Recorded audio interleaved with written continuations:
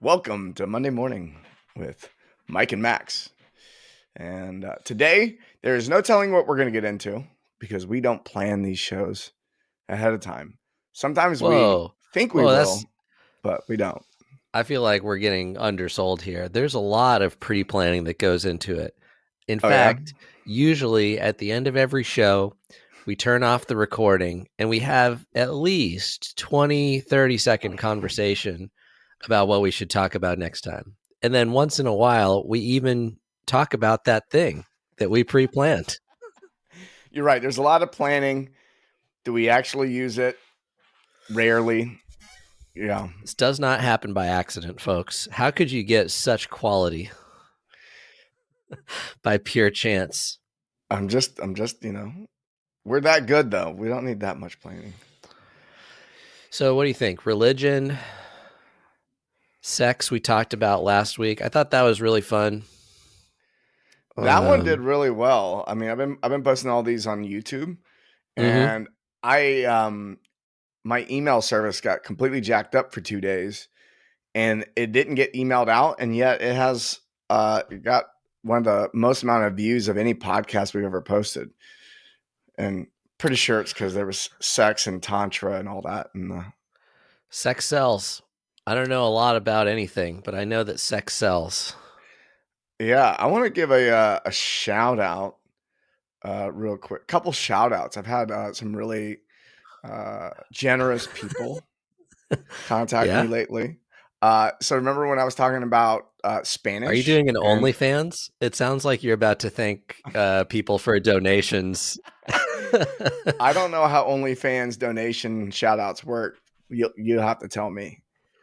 Do you have an OnlyFans account or are you following some accounts? I've never made an account as a user or I guess you would call it a creator. I'm not opposed to it. I'm a very pragmatic guy. So, I mean, if I could uh, eat with my feet or something like that, and people wanted to pay to watch that, I don't know. Like, what do I have to? What do I care, really? Yeah, yeah. Well, I guess a few weeks ago I was talking about my troubles with Spanish, even though I like to travel to Latin countries quite a bit. So I had Mm-hmm. a guy who's been a longtime listener reach out and offer me Spanish lessons. And I had my first Spanish lesson with him yesterday. It was No kidding. fantastic. It's fantastic. ¿Qué So, aprendiste? huh? I didn't ¿Qué get that far. aprendiste? Okay. Yeah. And We'll practice yeah, later. yeah, let's do that later. We're not going to practice on the show. That would just be terrible for That would make for an excellent podcast. everybody. Broken Spanish. Yeah. This guy, his Instagram, if anyone wants to check him out, is at anthony.mollis.language.coach. His name's not really great for telling people about it on the internet or on verbally on podcasts, but I think people will be able to find him if they want. And the other shout out I've got is my buddy AJ Richards, who is um, running. Oh man, now I don't even know if I should be doing this shout out because I don't remember the name of the company he's running, but he's got Wyoming uh, oh, meat distribution. So he sent me some meat last week. He and I have been since So the you're getting whole. free meat out of this podcast that I'm doing for free? What the fuck? I quit. I'm No, going on strike, people. this First guy. off, this is the worst radio ever. I'd like to shout out this person whose company I don't know. Second of all, I discover I'm not getting any fucking meat out of this deal whatsoever. I'm boycotting this show until it gets entertaining again or until someone sends me some fucking steaks. This is ridiculous. Here's the thing about AJ. He runs Wyoming Legacy Meats. I'm sure if you Google it, you'll be able to find it. He moved up there from Southern Utah. He and I met up. I've known AJ for a decade. He was a CrossFit gym owner in Mesa originally, which is where I was born, and that's funny enough how we connected. I won't go too much into that. But over the last decade, we've really gotten to know each other. And when the pandemic hit, I spent the first 2 months right down the street from him. I decided to spend my time in southern Utah when all that was going down originally. And he and I would sit down once a week, once every couple of weeks, and we would discuss what's happening with the food chain because he comes from a family of ranchers, and there's all sorts of weird stories of mass euthanasia of the livestock because the supply chain had gotten screwed up. None of the restaurants were buying any food. So he goes, I'm going to dive deep into this. So he dives deep into it, and now he is running Wyoming Legacy Meats.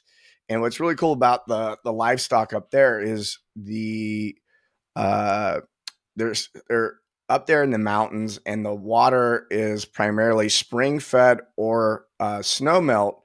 So that meat is some of the least likely to be contaminated, um, and by pesticides and all the other stuff that leaks into the water system, especially the further south you go.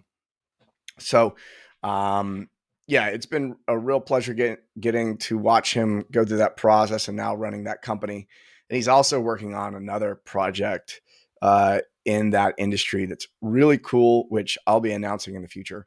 But just want to give a shout out to those two guys. We got Spanish, we got meat, and And I got yeah, jack fucking squat. somebody send Max something. Someone send me some meat. I wouldn't mind if it made for good podcasting, but we got to make it up to the listeners. That was rough.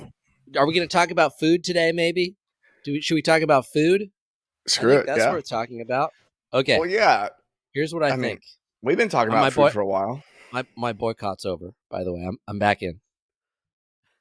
Your what's over? My boycott is over. Oh, I'm your back in the boycott. game.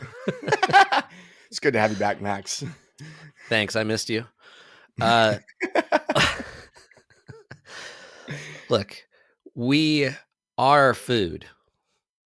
We are food. Food is probably the most important thing. Every economy is about how to save calories, basically, how to keep track of the calories. Because what is a bar of gold if it can't buy you food? It's fucking worthless. Everything is related to food. Not only that, food is the only drug that you cannot completely abstain from. Food is crazy, crazy interesting. Also, basically everything that you can eat is poisonous in certain doses. And some things that you eat, you can die from just a tiny amount. And something like water, you need to drink a tremendous amount, but you can still get toxic from it. So I think food is super interesting. It's the drug of choice for everybody, clearly. Obesity is not a physical problem. Sorry, I should say this. Obesity is a physical problem, but it's not caused by physical reasons. It's a mental illness that just happens to leave evidence on your belly. So whenever you look at the population of countries like America, where people are sad, even though we live in the land of milk and honey in many ways, they overeat because they're using food as drugs, and it's a tricky thing. Well, the other thing too is we have so much processed food that has a lot of calories and a lot of Mm-hmm. flavor, and a lot of strange flavors, but doesn't signal to the body that it's been satiated. A lot of the carbohydrate based processed food is, um, I think one reason is people's bodies are saying, I still need some vitamins and minerals that you haven't given me. Thanks for the calories, but like we're still hungry. Yeah, and I think it's just when you are experiencing a psychological discomfort and you have discovered a predictable pattern that gives you the temporary relief that you're looking for, you'll continue to go back to that source, basically.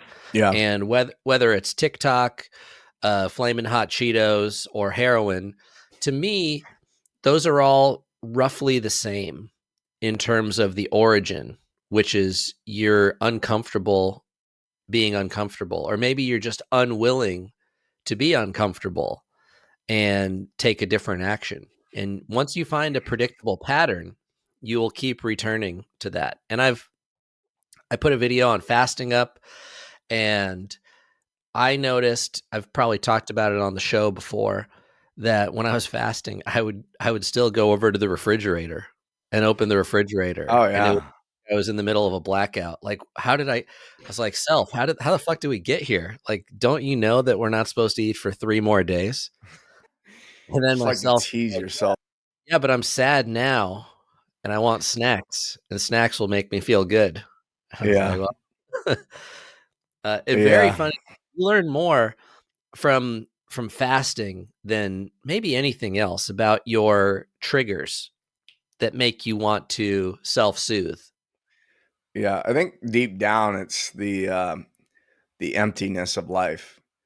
It's like I'm not comfortable with the nothingness, the meaninglessness, and I need to fill that with food. So if I fill my Wah, body, wah. yeah, yeah. Mike is off his meds today, folks.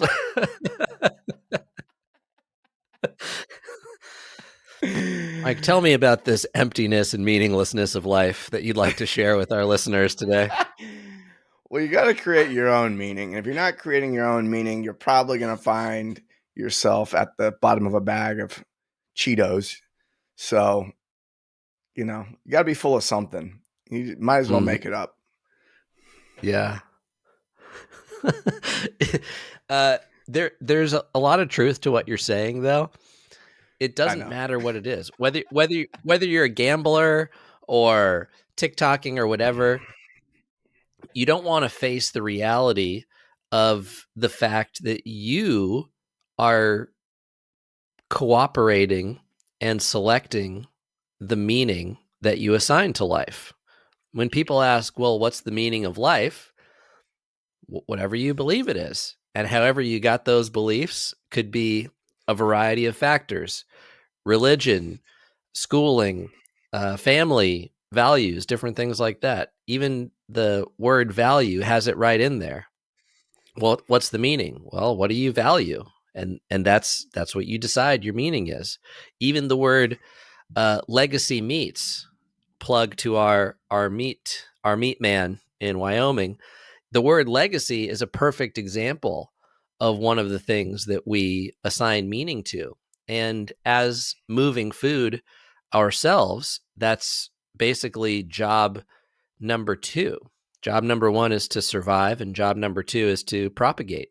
And legacy is a propagation of either your DNA or your iDNA, like an idea DNA. Some people propagate ideas, and some people propagate their own genetic material. But it's still the same idea. You're giving something meaning to fill the timeless, meaningless void that you're talking about. Yeah, the legacy is the story of propagation, and and yeah, I feel that.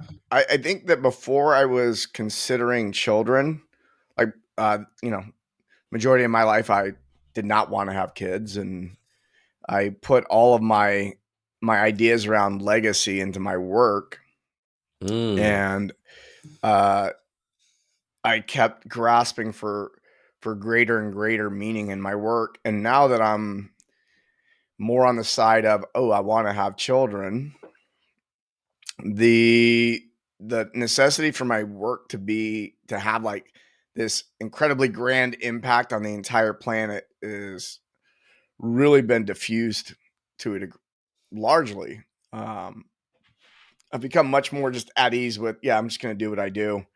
I'm going to do good Mm. things, and the impact I make is going to be the impact I make. But I don't have like the ego is not caught up in, oh my God, I need to like be the next Steve Jobs or something like that. Man, that hits with me for sure. I used to think people had kids because they gave up on their own dreams, and they were like, "Here, you give it a shot, little fella." Right. That's also how you get like beauty pageant moms and sports dads and stuff like Oh that. yeah. Well, I couldn't play football as good or something like that. So you better live my dream for me, son. And I'm going to beat you into submission and make you chase something that doesn't really matter at all. Yeah. But I used to feel very much the same way. Like my whole idea of value was basically an intergenerational innovation.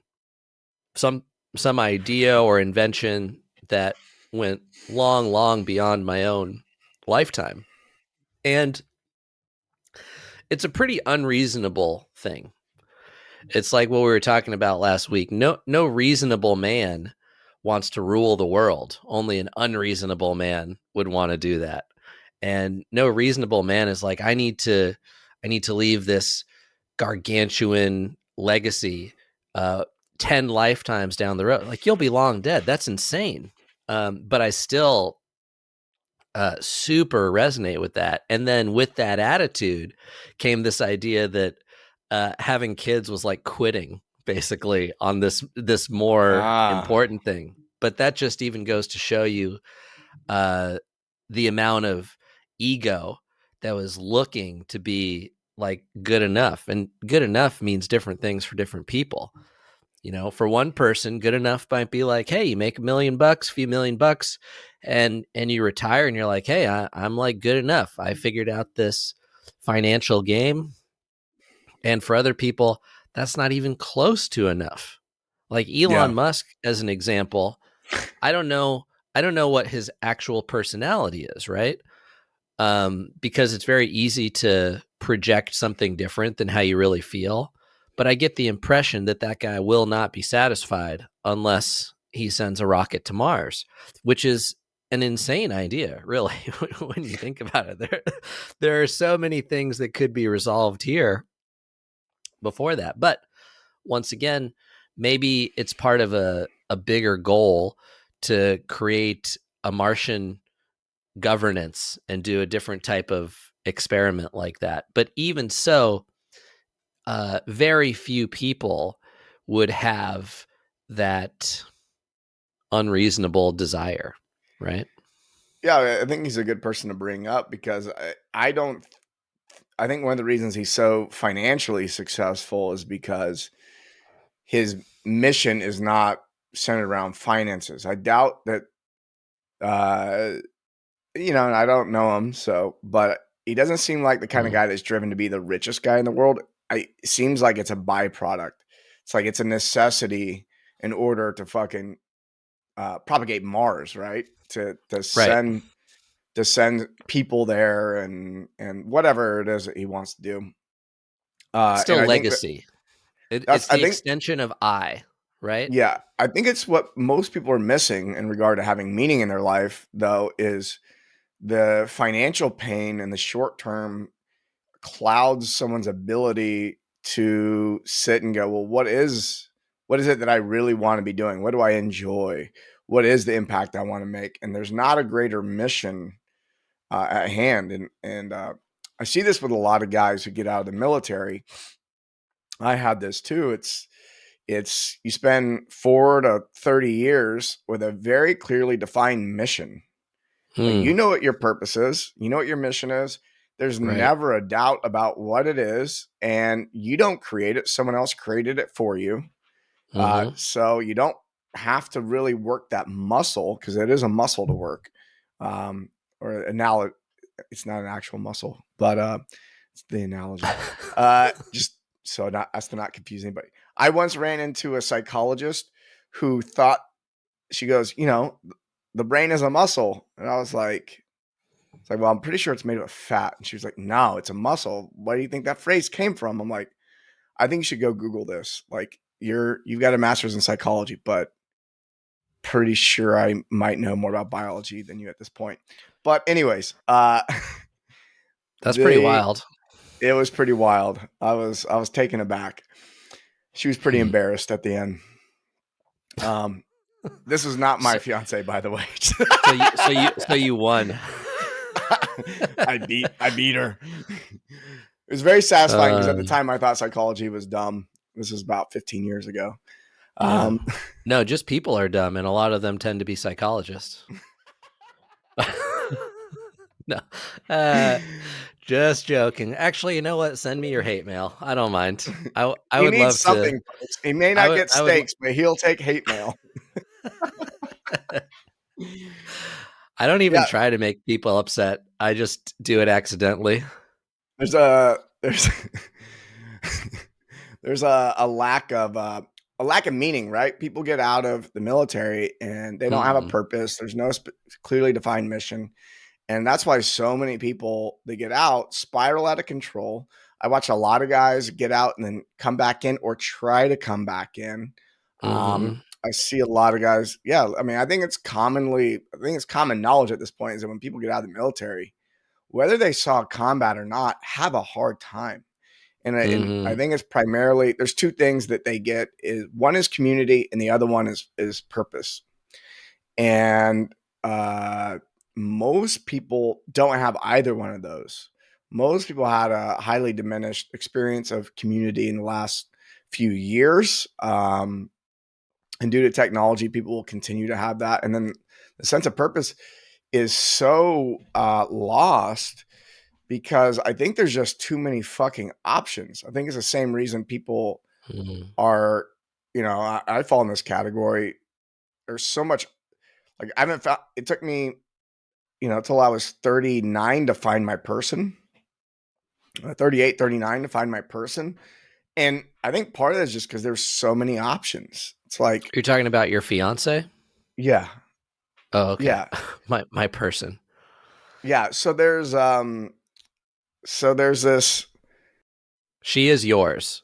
You yeah, you got all the paperwork sorted out? possession has been Right. maybe. Okay. I just wanted to make sure that was the case. We're old school here, folks. Yeah, her dad signed her off over to me. Did he Uh, give you like 50 goats or something like that as part of a no, dowry? I had to give him the 50 goats. That's Yeah. not as old school as what I'm talking about. It used to be the dad had to like sweeten the deal No. with a few with a few with a few goats or something. Oh yeah. I got it backwards. Yeah, send Max the hate mail. We are joking, folks. If you haven't figured out, if you're a first time listener, we'll make it up to you. I promise. Just hang in there. I think Uh, they could go back and listen to the last episode where we talked about the value of having a life partner and the difference between a romantic liaison, a life partner, cohabitation, and all those different things. If you can find a great life partner of the opposite sex, that's a huge boost to your life, especially if it's some sort of joining of equals and there's a yeah, complementary nature to it. yeah, Plus, if you do get goats, super bonus. yeah. So going back to the people getting out of the military is I like studying small groups where there is there's a clear thing that's happening, and then you can extrapolate that out to the rest of the population. It's like, okay, it's happening to it's an extreme case with veterans, but it's still happening with most people in their everyday life. There's too much information. There's too many opportunities. Um, I was having a conversation with some guys the other night, and these words came out of my mouth, and I was like, "Oh, that was actually pretty good." Which is, opportunity is the killer of dreams. People get caught up in whatever, all these different possibilities, and they don't know which one of them is theirs to do.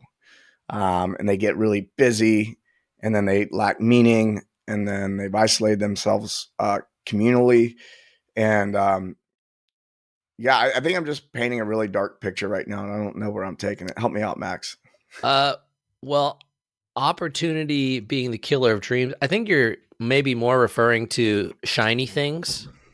There's a lot of stuff that may pique your interest and that can take you off track, is what it sounds like. There's a lot of Uh, shiny things. Yeah, yeah, distractions. yeah. I Well, there's like the opportunity, and then there's opportunities. but just the idea of taking advantage of opportunities. Um, if you put all of your attention into taking advantage of like the biggest opportunity, you may find yourself lost.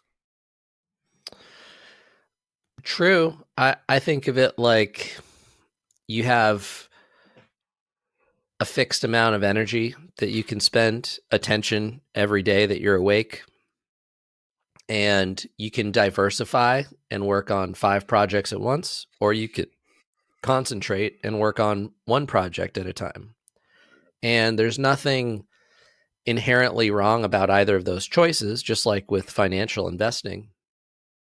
But typically you can take one project a lot further than you could take 5. So while the chances are higher that you might get nothing if you put all your eggs in the one basket, there is a good chance that that basket will give you much better returns than anything else. So I think there's something to be said about that. I think as far as the meaning is concerned, there are a couple ways to look at it. Everything is still going to be from the position of I, the ego. However you identify is going to guide what your values are, and those values are going to guide what you deem to be a good mission. I think what you mentioned before is really wise. The clarity of the mission is really helpful. I mean, we often talk about someone who has a lot of religious zeal, and that's an overwhelming desire and conviction in one clear specific thing. And like you said, with the soldiers, also professional athletes, um, once that single point of focus, once that mission is done, trying to find another one is really tough, because not only is the mission over, your identity that was wrapped up in that mission is now basically suffering an ego death of some sort. So the two ways to look at it are: you pick your identity first, and then you let the mission reveal itself by just thinking about who you'd like to be, kind of avatar creation first, or you decide what you like or want to do. And there's a difference there. Something you find important, a mission, might not even be something you enjoy. It might not be fun to go rescue trafficked children or pick up trash on the beach, but maybe you have a lot of conviction that it's important. And usually you can find joy in an activity that you don't necessarily love doing because you believe it's important. Or the other option is you can try a bunch of stuff and pay attention to the activities that make you forget about time. You're in total flow here and now with what you're doing. So you might think it's more important to, let's say, clean up the beaches, but you find flow better when you're in the wood shop making benches. And either of those could help you find good meaning, and you can work your way through any of that. It's also possible to do something that is not that fun professionally if it's just to support those other behaviors. Like someone who really loves skiing, maybe they don't love being a ski instructor, but they do it to support their skiing habit. So I think there are a few ways that you can go about it, but ultimately you're either going to decide that a mission is important, or an activity puts you in a state of flow. I personally like the latter, where you figure out the things that are fun, easy, game, flow to you, and then kind of work your way backwards from that. Because then it's like that saying, if you enjoy what you do, you never work a day in your life. Um, that seems a little bit more eased and natural, especially if you have trouble finding like which mission. It's like which charity to donate to. That I could go on a tirade basically about how crazy it is to choose. Like uh, chimpanzees, whales, uh, some spotted tree frog. Do you save the children? Do you do toys for tots? I mean, it's crazy to pick one of those above all others. Yeah. Yeah.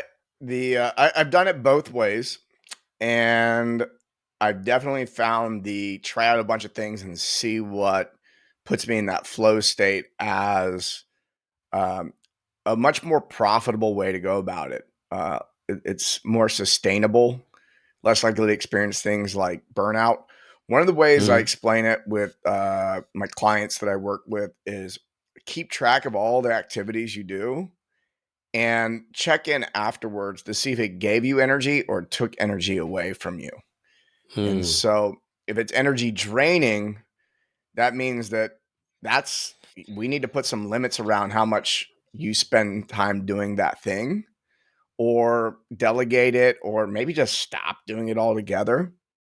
mm, And then, the things that give you energy, well, that's high leverage because you can do it longer. It's easier. It gives you space. Like if you do a bunch of stuff you hate all day, and then you come home to your wife or husband or whatever it is, the amount of energy you have for them is completely gone. And now it bleeds mm, into the rest of your life. Whereas if you do something that energizes you all day and then you come home, now you have so much energy for the other parts of your life. And so, we always say on my team, you want to give from a cup that is full. Empty mm, cups, there's nothing to pour out for anybody else. So even the mm, people who are stuck in some type of self-sacrifice loop for a greater mission, but I really hate what I do, that that's short term. I think that's a short term approach because it's not going to. At some point, you're not going to be able to give anymore because it's completely draining you. Um, mm, so yeah, I like the latter approach, as do you. I think we've both been on the mission side first. It's like, okay, we got to accomplish this goal, and who cares how I feel about it? Let's just plow right. through, and just you know, that's how most people do it, It's and not that's wrong. why most people. I think most people are like sick and tired though a lot unnecessarily. Um, Totally. Bringing it back to food, it's like it's less about what you're eating and more about what's eating you. If you have a life that you really don't like and really stresses you out, that's going to put you in a state where you're looking desperately for that temporary relief. I find if I'm overeating, it's because I'm not doing things I like to do. I like mm, to eat. I like to eat a lot. I I'm the other way really, around. really like to eat. Eating is so fun. I'm the other way But around. I eat if I I'm eat if I'm less. doing other stuff, if I'm doing other stuff though, if I'm doing other stuff that I'm interested in, I forget that food is even a thing. I'm in a project. Time stops. There's no situation where I go, oh, I'm uncomfortable right now, so I need to go get some food, and it's because of the mental state. Yeah, yeah. I want to because we love to do distinctions here. Uh, a purpose and mission, and Mm, uh, there there was a show I was watching on Gaia TV. It was one of these cosmic shows. It was this guy was, I think, an alien or channeling aliens or whatever, but he was mm-hmm, talking about the birth of the universe.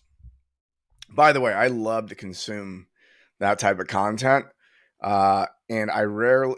Here's the thing: I don't believe anything, and I don't have to believe much because I was having a conversation about conspiracy theories with a friend the other night. I was like, look, these things are fun to toy with, but whether I believe it or not doesn't really impact my life.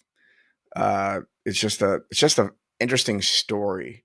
But if I can find a story that impacts my life in a positive way, I might take it on and believe it.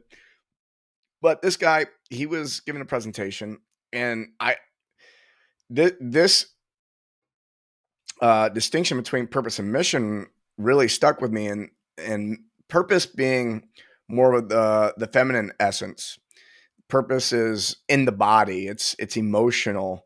Like you pick up the trash on the beach and you're experiencing a sense of purpose, right? Purpose is a sensation. And in the world of studying the masculine and feminine, it's common that the emotions and being in your sensory is a feminine experience, and then translating that into language and creating definition, that means to create, make finite what is infinite, because um, that purpose is infinite. But if we are going to define it and make it masculine by bringing it to a single point, and we create a mission statement, then that's what we have. And so the idea is, if I'm creating from a mission, um, can I find a mission? I think most people are looking for a mission that's going to deliver the sense of purpose. I think that's how most people approach it, and may feel like they're never quite on mission or on purpose because of that. Like something always feels a little off. But for the person who is staying tapped into that sense of purpose and allowing that to direct, and then defining your mission along the way, and then realizing that the mission is uh can become quite flexible, or it has to be quite flexible, and making adjustments. Maybe it's just changing word or two here and there Hmm. in your mission statement, or it could be, saying, "Hey, that mission was completed. I now need to go back and tap into my that sense of purpose and see where it's taking me now." Mm. So initially, mission feels like a journey toward a destination, and purpose. The purpose of you could be to complete a certain mission, but they see it seems like there's overlap. Like, what's the purpose of a saw? To cut wood or metal, depending on the type of saw. Uh, so does the saw really have a mission? Not necessarily. So it could be that you feel like your purpose is to be a coach, whether it's about uh, life coaching or death coaching or movement coaching or thought coaching, mind control, whatever. But your mission could be more concrete, like a place that can be arrived at, like a destination to me. Yeah, I like that a lot. Sometimes my purpose is to take the trash out. Like my purpose changes throughout the day. I think that should be the case for most people. It definitely Mm. makes for a happier life. I think taking Um, the trash out is more of a mission. Like your purpose to me has more to do with your use. Like what are you used for? Like, what's the purpose of a hammer? What's the purpose right. of this? And a mission seems more like a task. The other thing I would say, based on what you were talking about before, is related to beliefs. Whether you believe in a certain thing or not doesn't influence. And I think it super influences. Whether you believe in a certain conspiracy, which is just an ad hominem attack, right? It just is something that people generally don't believe to be true. Right. I think if you do believe in some of those things, it can alter your mission or your purpose Oh, absolutely. significantly based on what things you believe. Well, I've witnessed other people get caught up in certain things, and then the result just doesn't seem very appealing to me. So I'd rather, like, I don't believe the mainstream, but I don't believe the conspiracy theory either. It's like You I might, don't depending need to on which believe one it either. is. I don't need to believe either to exist. Right. Um, and I think it allows you to be more open to all the evidence, instead of, because the moment you start believing in something, your brain starts cherry picking the data, because it can only Mhm. consume so much information and make any sense of it at all. So if the sense making comes first, if the belief comes first, now you're only collecting evidence to support the belief, and that's where I try to stay objective. I agree with what you're saying. I also think if you don't have some conviction in something, you'll do nothing. I So agree. you have to believe something. I think logic is the fine tuning of the steering, it, and emotion and desire is where the fire comes from. That's the heat. The Desire engine. is heat. Yeah, exactly. So that's where you get all the thrust from is conviction, and it's a reaction between that emotion, which is what initiates that motion, and then the logic, which guides it a little bit better, and it can also override that Yeah. emotion as well for a lot of reasons. So yeah, that makes sense to me, and I definitely would say that you might have a mission, but not even really know your purpose yet, except as a vessel that carries out a specific mission. So there's a lot of overlap between those two distinctions, I think. But I like the idea of purpose is what kind of tool you are used for, and mission is the goal of the use of that tool. I like it. I like it. And I do Yeah. sound like a bit of a tool right now, I A little think, bit. but Yeah. what Well, is your purpose? I well, pass butter. well, that makes me curious. At this point in your life, what what do you feel? What gives you the greatest sense of purpose? And is there a mission? I just like to make you chuckle on Thursdays, basically. I'm pretty Make sure what? that's my purpose. I just like to make you chuckle on Thursdays. I'm pretty sure that's what I do. That's what Yeah, I was you're put here basically for. like a. It's a. I come to the Laugh Factory once a week. It's my medicine. Yeah. It's good medicine. The less seriously you take things, the more you end up in that role, I think, of making things a little bit more lighthearted with humor. Yeah. Well, Ashley has shared that I'm so damn laid back that Mm, sometimes it doesn't seem like anything bothers me, and I'm laughing at everything.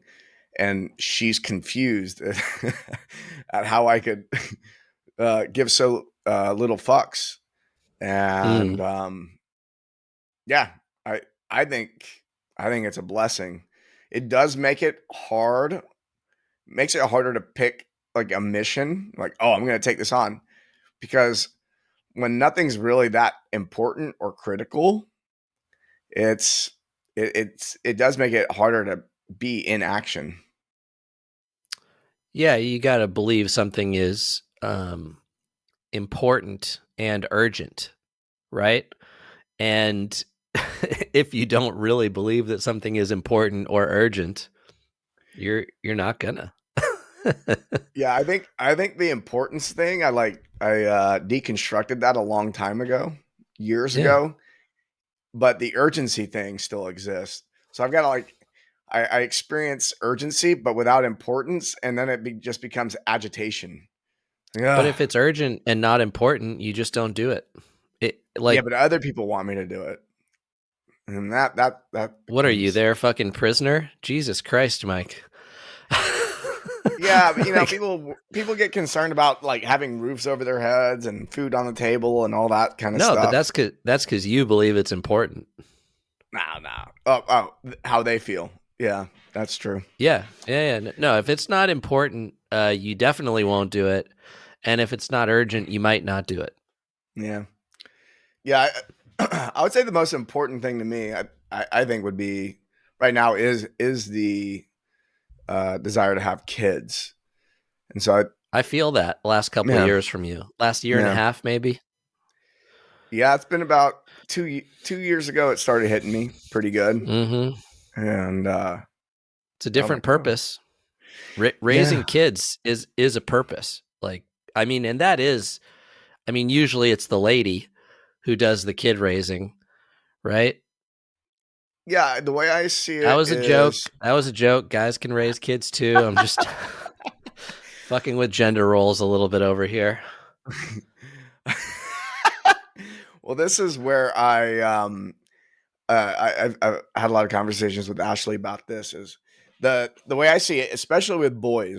I'll talk about boys first, and then girls second. But Mm-hmm. with boys, I've heard it's the woman's job to uh to to create boys, and it's a man's job to create men. And I think when we look at history, traditionally, women have been in charge of the majority of the child rearing until around the age of 10, 11, 12. And then there's more time spent with the father, especially amongst boys, usually around 12, 13 years old. There's some type of rite of passage. They become a Mm. man. They're not at the mother's teat so much. And, it's time to grow up. Did you And say at so 12 they're not at the mother's teat so much? well, that Mike, I was have a lot of also questions about that's your also an upbringing. analogy. I'm pretty sure Mike was sucking his mom's tits until middle school. I I think gotta I'd be say, a this lot explains a healthier lot. now. This explains a lot, actually. Yeah, I actually the fact that I was cut off so early, I feel is neglect, but my brother will probably send this podcast over to my mom. Every once in a Oh, while that God, that's happens. Actually, awesome. she's been listening. So That's hilarious. she called me up and was like, tell me how much she likes our show. That's too funny. I can't.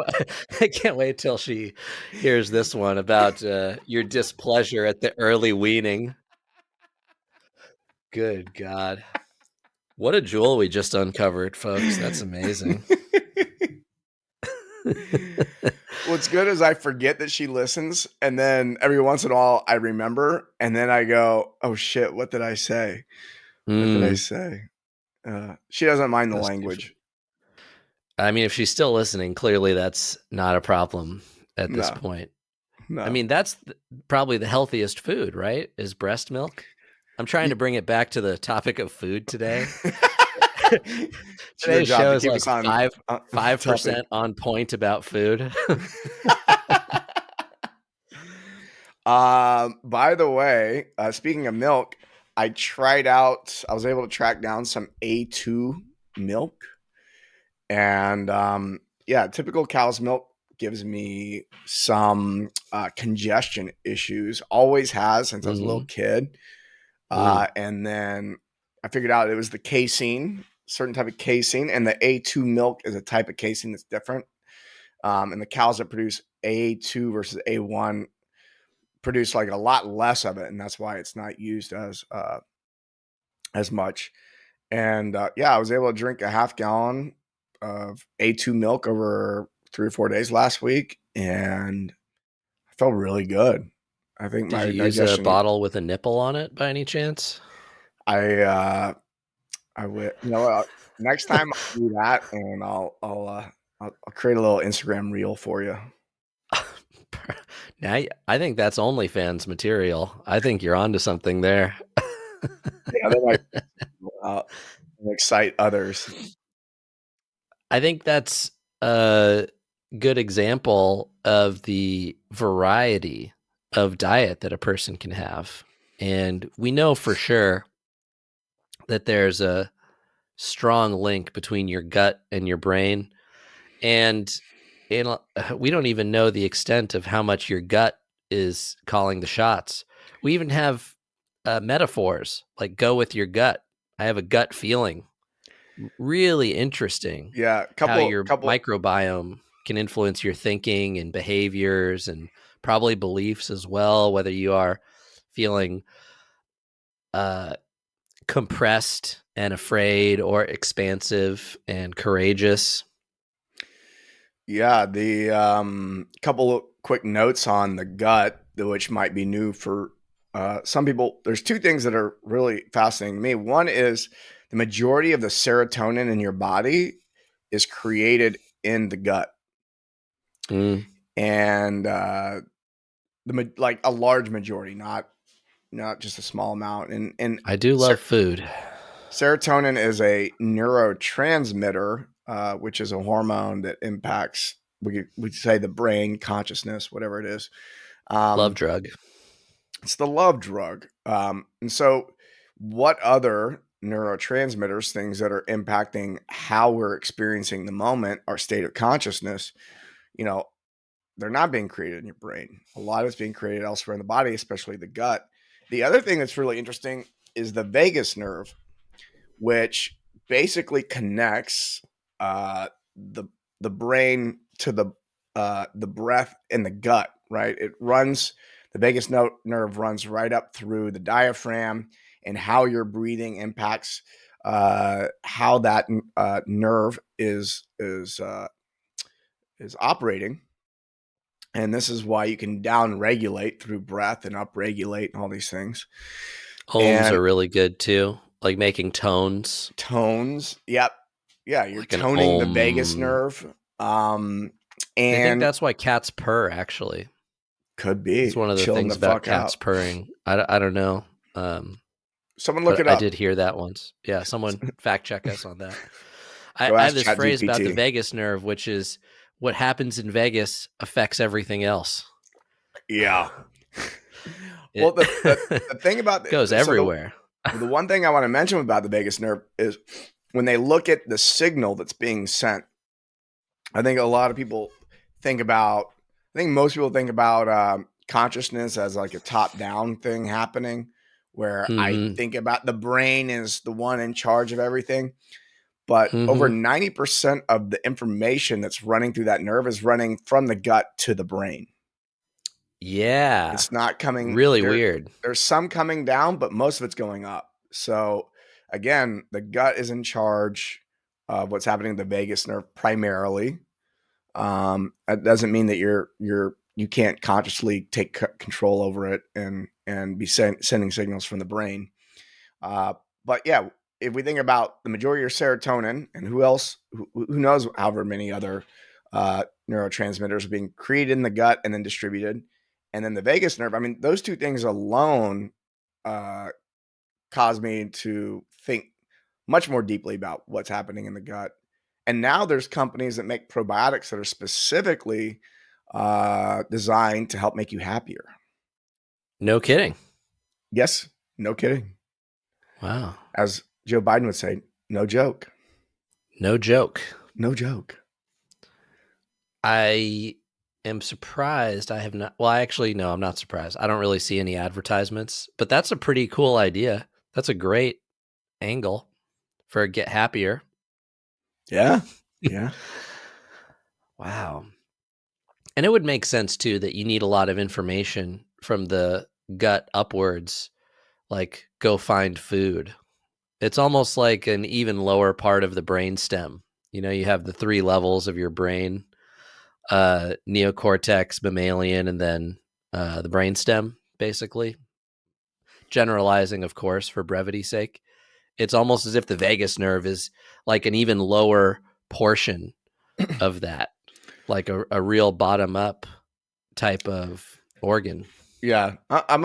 As we know, I'm a big fan of yoga, and you start looking at the chakra system, and a lot of this stuff that is, it's so cool to be alive right now, because you're basically watching everybody in the last 100 years throw out all that stuff as just weird woo woo shit. And now we just have a ton of scientific evidence that comes out to support. It's like, yeah, it's the chakra system by a different name. It's interesting because a lot of stuff is just not provable yet the way that we are able to measure things.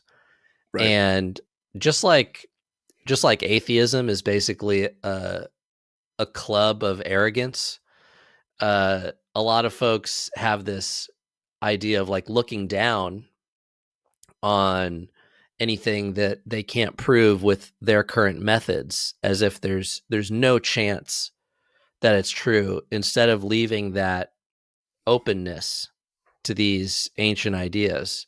And people got by with a lot less. So is pretty interesting.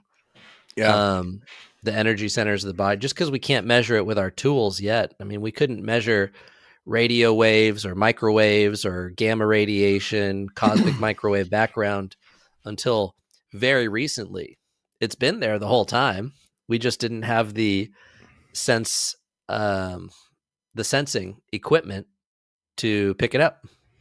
Well, there's also the sensing equipment of the human body.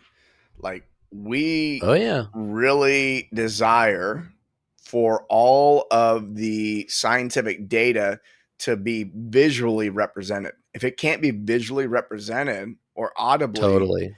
it's it's um it's hard for people to believe. And so one, we have the instrument of the body, which is limited, which then in turn limits the tools, because the majority of our tools are, there needs to be a visual representation or else it's not accepted. Hmm. So there's that bit.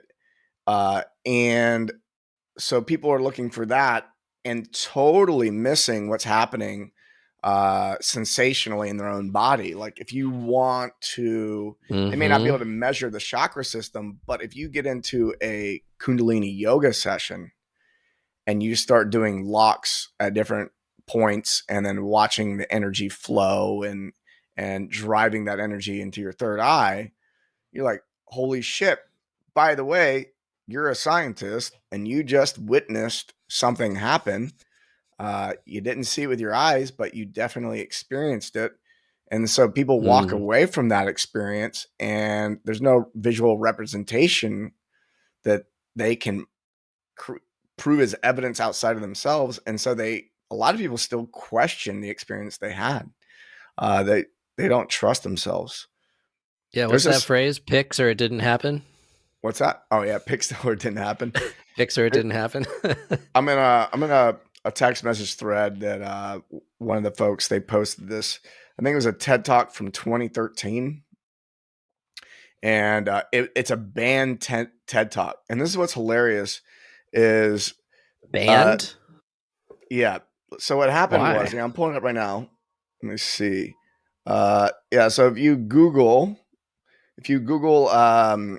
exposing scientific dogmas, banned TED Talk, Rupert Sheldrake, it'll pop up. Hmm. It's worth watching. I've seen it so many times, and it just keeps I feel like circulating I've here and seen there. that before. You That guy's probably name sounds have. familiar. Guy's name Yeah, sounds pretty familiar. yeah. He has some unpopular theories, and he's a lifelong scientist. But here, I'll read the opening piece right here. It says, on January 12th, 2013, Rupert Sheldrake gave the following talk at TEDx Whitechapel. The theme of the night was Visions for Transition, Challenging Existing Paradigms and Redefining Values. On March 14th, 2013, 3 months later, TED removed Rupert's talk and released a brief statement. We feel a responsibility not to provide a platform for talks like this that sound a lot. I can't see it clearly. Which appear to have crossed the line into pseudoscience. So it's fucking hilarious that the theme of the talk of the evening was visions and transition, challenging existing paradigms and redefining values. And his talk probably blew all the other talks out of the water, because once you listen to it, Hmm. you go, "Oh, okay." Right. Uh, and it just goes to show, if he crossed some type of line, and probably made a bunch of scientists look bad, and they just couldn't have that. They asked for him to challenge the status quo, and he did, and then he got removed for it. But of course, it was recorded and put up somewhere else. Yeah. Say whatever you want. No, no, not like that. Not anything but that. But what he does is he covers 10 scientific dogmas that exist right now. Mm. And I think I find it very difficult to watch the video and not agree, or at least agree that that's a dogma, even if what he's questioning still remains to be true. It's still a dogma because it's not being questioned. And Mm. yeah, people can't even handle uh, something that is dogmatic and true being called dogmatic. It fucks with their identity, Yeah, and they would be excommunicated from their club, which is bad. yeah, yeah. I'm not surprised. I mean, case in point, last couple of years. Oh, you can't say that. Wait, I can't say that? I can't even ask a question about that? Right. Nope. You Well, can't do that. I believe one of his Whoa. dogmas. I kind of wish. I mean, we should go and look at what he's been saying the last few years. But one of the dogmas he talked about was that scientific institutions have become a place of telling you what is instead of asking questions. It's When the whole gatekeeping. yeah, It's gatekeeping basically. yeah, Yeah. Um there's not a good I don't think there's a good way to do censorship actually. I think you have to let people make their own choices. Even if it's a wrong choice, you should be free to make a wrong choice. You should be free to completely refuse to give me service at your business for any reason. Like, hey, I don't like your haircut, or you're a white guy, so I don't like white guys. That I think that should just be okay. Actually, there's no coercion I involved. I You think should be free to say, yeah. in that case, the results just speak for themselves. Yeah, it's like my favorite one is about how women make 70 cents on the dollar. Uh If huh. that was true, I would only hire women and pay them 70 cents on the dollar and suddenly have an extra 30% margin. I would never hire another man if that Right. was actually the case. If a lady would do the same work for 30% less, I would never hire another man. But clearly Yeah. that's not the case, you know? Yeah. Yeah. I've had that conversation with quite a few women. Like, this is true. I'm like, okay, you're looking at some stats that someone created, but and generally I think it is true, but there's way more to the story. Way more to the story. That And has to do with purpose and mission more than anything else. The identity that men and women find themselves assuming. There's a reason that in our culture now, for better or worse, that men are fixated on accumulating resources by and large, and women tend to focus on their appearance and their nurturing qualities. And that just happens to be what works, right? yeah. Well, one of the things that Jordan Peterson talks about, I might have mentioned this on this show before, but I'll repeat it, is that women generally tend to make less in the workforce in, like, say, tech, right? There's a Mhm. disproportionate amount of men that are engineers in Silicon Valley than women, and a lot of people point to the result that there's fewer women, that there must be some type of discrimination going on. And one of the things he talks about is that women tend to generally make less money than men because they have more opportunities, and they're much more likely to have more breadth, whereas a man may have more depth into a specific type of work, right? We should And do Battle of the Sexes next week. yeah, I think we should not dig into it too much because women are generally more agreeable. They're generally more nurturing. Even the personification of the sperm and the egg. Talk about purpose and mission. The mission of the sperm is to get to the egg. The purpose of the egg is to receive the sperm. It's right, an attractor versus an actor. There's a deep differences in the genetics and also in our culture that guide these things, and there are a lot of factors involved. Like, I a guy cannot have a baby. That is a huge disruption. That is a huge disruption to your professional career if you are having babies. totally. That is a crazy thing. If you like, yeah, we should save it for the next show. I No, think we let's could just keep talk about going.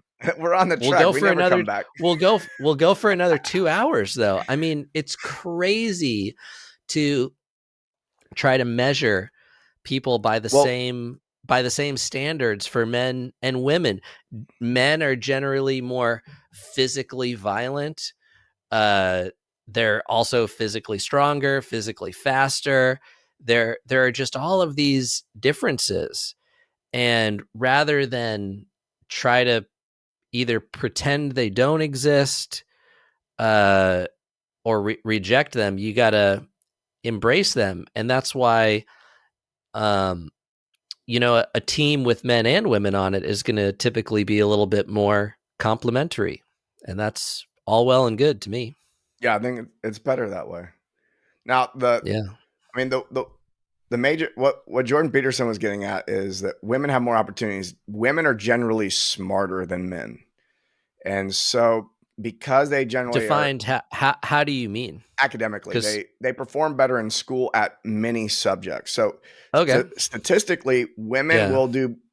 will do equally as well in math as they do in grammar or history or science. They're more likely to have an even distribution of intellect across many different subjects, whereas men are way more likely to be really good at one subject and the other subjects they just suck at.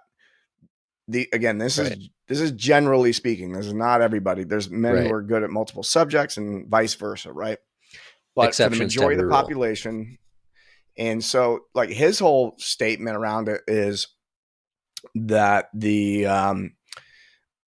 that because women have so much more opportunities, a man may go, and he was talking about Silicon Valley specifically, will go, well, I'm good at math and I suck at everything else, so I'm just going to double down on math. Hmm. And so when you look at men and women and their abilities around mathematics, when you look at the top 1%, it's mostly men who are good at mathematics. And are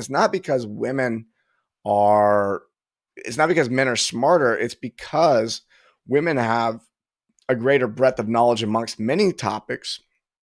And so when you're in Silicon Valley and you're looking at someone who's a high performing tech engineer, yeah, their pay is going to be pretty high because they're highly sought after. The marketplace is saying that that's incredibly valuable, and there's fewer of those people Right. than the other jobs that may be available. And men And are trying to please the judge. We're trying to advance ourselves in the hierarchy because women are almost intrinsically desired.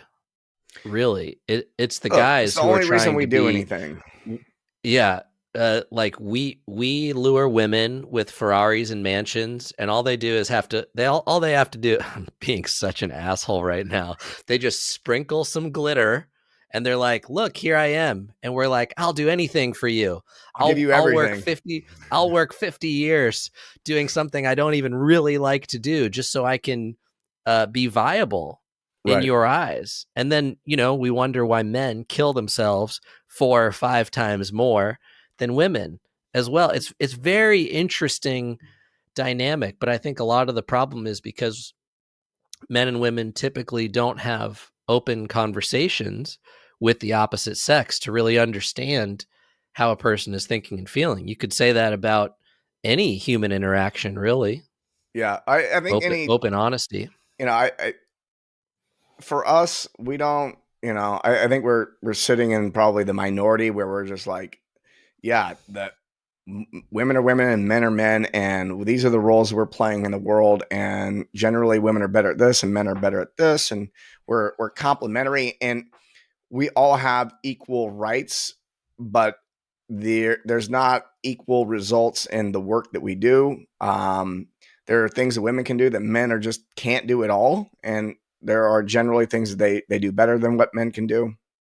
Um, if like going back to your point, if there were no women on the planet, I'm pretty sure I would live in a hut on the beach in Mexico. I would get most of my food from fishing and picking bananas, and I would spend my leisure time surfing. Uh, no woman wants to be with that guy. Well, not many women want to be with Some that do, guy, yeah. but Right. you know, like women are driving the evolution of consciousness. I need to be because smarter. it's a I need to human be race. sharper. We need to Yes. be further ahead in the human race because it's a race. And the women are like, he's good because he's further ahead in the Yeah. race. 100% agree. I think, what do we say in the beginning? Sex sells. Well, Yeah. it goes even further than that. Yeah. Yeah. So, going back a little bit about what Jordan Peterson was saying with women have more breadth. Well, it makes more sense because biologically, women generally have more left right brain hemisphere connections than men. Men tend to be able to Mm, focus into a single point better, whereas women can keep track of many things at once, which makes sense mm. from an evolutionary perspective. Um, so yeah, there's just a lot of things. The thing that I think gets people caught up is, and the reason there's a feminist movement, or at least there was. I don't think it exists anymore, but the uh, not in the way it was anyway. But people are seeking fairness, and we've talked about this before. Fairness is such a subjective thing. It's like, oh, I want to get paid more. It's like, yeah, but it's also not fair, like you said, that why are men, committing suicide at a higher rate? Why 99% of workplace deaths are men die in the workplace, not women. Women aren't fighting to get into the coal mines in West Virginia. They're fighting to get into the boardroom in Silicon Valley, and so Which makes sense. We're playing word games, and you can say whatever you want to get more calories. That's what people do. We talk shit to get calories, basically, yeah, because that's the comes back to the highest food. return. It comes back to it's all about food. Even like monkeys will trade sex for food. Female monkeys only. Sex with a male monkey is always free. There's there's never there's there's no cycles of viability to try to navigate with the male. He's ready to rock. Oh, you're in heat. Okay, I'm ready to go, and it that's just how it Yeah. is. Well, there's And you don't want to play this blame game though, because even when we say things like, well, ladies aren't clamoring to be coal miners and guys kill themselves more, all of these conversations end up in the same place where it's like, what are we trying to do? Pass the blame or just live your life however you yeah, want to? And anything that takes us away, wasn't it just Martin Luther King Jr. Day? I think the whole idea is do what you want. Treat people based on their actions, not based on their whatever else. And it's hard to do that, I guess, because we do judge based on appearance a lot of the time. And look, if you pick a mate based purely on appearance, you deserve what you get. You're gonna get screwed. yeah, it's not going to be a good one. Uh, that's a so that's a trap. I watched years ago. There's this documentary called The Red Pill, which is it's about men's rights, and it's interesting because I think both men and women should watch it because it would give you perspective. And one of the guys that's interviewed in the documentary used to be on the board of a national organization for women, and he's like, oh yeah, we kind of screwed up with the feminist movement. He's a part of that back in the 70s.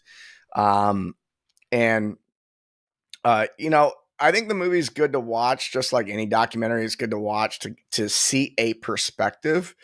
And there were some things I took from it. I was like, okay, cool. Like they talked about, more workplace deaths and all this. But what ended up happening is exactly what should not happen, which is the pendulum just swung. You got a bunch of these men's rights guys who are just complaining about how hard it is to be a man, and like, and it's true. If a man and a woman go What a into bunch of court, bitches. if a man and a woman go into court to see who is going to have the children more often, Oh, yeah, totally. all things remaining equal, women are Good going to end up with luck. the kids more, right? Good luck. And so, look, it's not fair. It's not fair Nothing for is men. It's no, not fair for everything women. is exactly fair. Everything is exactly fair. It's never um the way you would it's rarely the way you would want it to be, but I think not even not even considering fairness to be a thing is really useful, because I used to get really indignant and horrified and also angry about how unfair things are. Like, there are people in prisons that we pay for with tax dollars who did nonviolent shit. Like, that they smoked a plant, for example, that kind of thing. Like, it's horrifying the amount of unfairness that exists if you think about it that way. But kind of per our conversation before about which things you believe, it's like, well, how's that belief working for you? Is it making you an insufferable whiner and detracting from the activities that actually put you in flow and might allow you to have a life that you would enjoy? If so, it's just not constructive. That's why when you blame, there's no end to the blaming. Yeah. It doesn't do you any good. Like, don't try to force fairness. Realize that with relationships, you make your own rules, regardless of whether you're with a man or a woman. You just need to be able to construct the relationship you want on your terms and be able to trust that person. Yeah. Yeah, not necessarily what cultural norms are or any of that other shit. That's not going to work. What do you mean? Well, just because something is normal in our culture doesn't mean that's what you have to do Oh yeah. as far as a relationship is concerned. Like, you get to decide what the rules are. Relationship is a partnership, like a business. It doesn't have to be, but like we were talking about before, there's a big difference between having a romance sexual partner and a life partner that you are building a life together with, just the same way you'd be building a company. And in all of those cases, there needs to be clear communication, expectations, responsibilities, and you need to have the courage to hold each other accountable to those responsibilities, because it is a life partnership. um, and of course, the woman should always do the cooking and cleaning. That is only joking, only joking. You're gonna get us canceled, bro. So we Unless I get some meat, I'm out of here next week. I'm gone. AJ, let's get this guy some meat. Um, Mike is living high on the hog over there. the meat was delicious. It was delicious. My So friend from legacy. my friend from Azerbaijan, he grilled it over the hot coals, old Soviet Union style, and Mm, tasted delicious, delicious. mm. But So we didn't talk much about food today. We talked a little bit about more about relationships, huh? yeah, More we about got culture and into relationships. mission, purpose, relationships, which I actually thought was pretty cool because we, purpose and mission, and talking about the feminine and masculine qualities or how they may represent Mhm. that, and then the for I think at the end of the day, as a man, the thing that gives me the most purpose and fills me with the greatest sense of purpose is given to me by Making women. babies. Making Yeah, babies. uh, my fiance is the greatest inspiration in my life. Is driving me to be successful at whatever it is that I'm doing. She fuels the fire, and Mm, I think that, and I'm incredibly happy to be driven by that. It's very satisfying. that's wonderful. It's like the male bee, right? Its purpose and mission are basically the same thing. It's to fertilize the queen, let its cock break off, and then fall down to the ground dead. Yeah, I mean, I would die, for her. I'd be. Hopefully, my cock doesn't fall Whoa, off. that's so romantic. Don't let her You've listen to really this. you've really come full circle from whining about how early you had to stop sucking your mom's tits into I would die for my fiance. I don't know if they're related. We should get a psychologist on the show. We should get an angry psychologist on the show who wants to complain about my remarks. So I'm if sure you're an there's one angry listening. psychologist, please reach out. I would love to chat with you. Record it, please. I'll be the mediator. How about that? Perfect. We'll open up the Pandora's box that is my brain Yeah. and see what kind of snakes and spiders shake out of there. That was fun. Yeah. That was fun. I think today our mission was to deliver a good podcast, and I think we did. I think we had some good stuff in there. Great Thanks again, stuff. buddy. Yeah. Thank you. Love you. And Love you. where do people find you? MaxShank.com or at MaxShank. YouTube also pretty good. Just search my name. I'm the only thing that pops up. He's the only thing that pops up. The first 3 pages are me, and then it's like drill bits. That's great. Yeah, find me on Instagram at Mike_Bledsoe. And yeah, that's the only place I can send you for now. I'll have some new shit coming out. You're going to love it. Even if you don't love it, you're going to love it. So I'll see you soon. Thanks, Max. Talk next week. Thanks, buddy. Talk next week.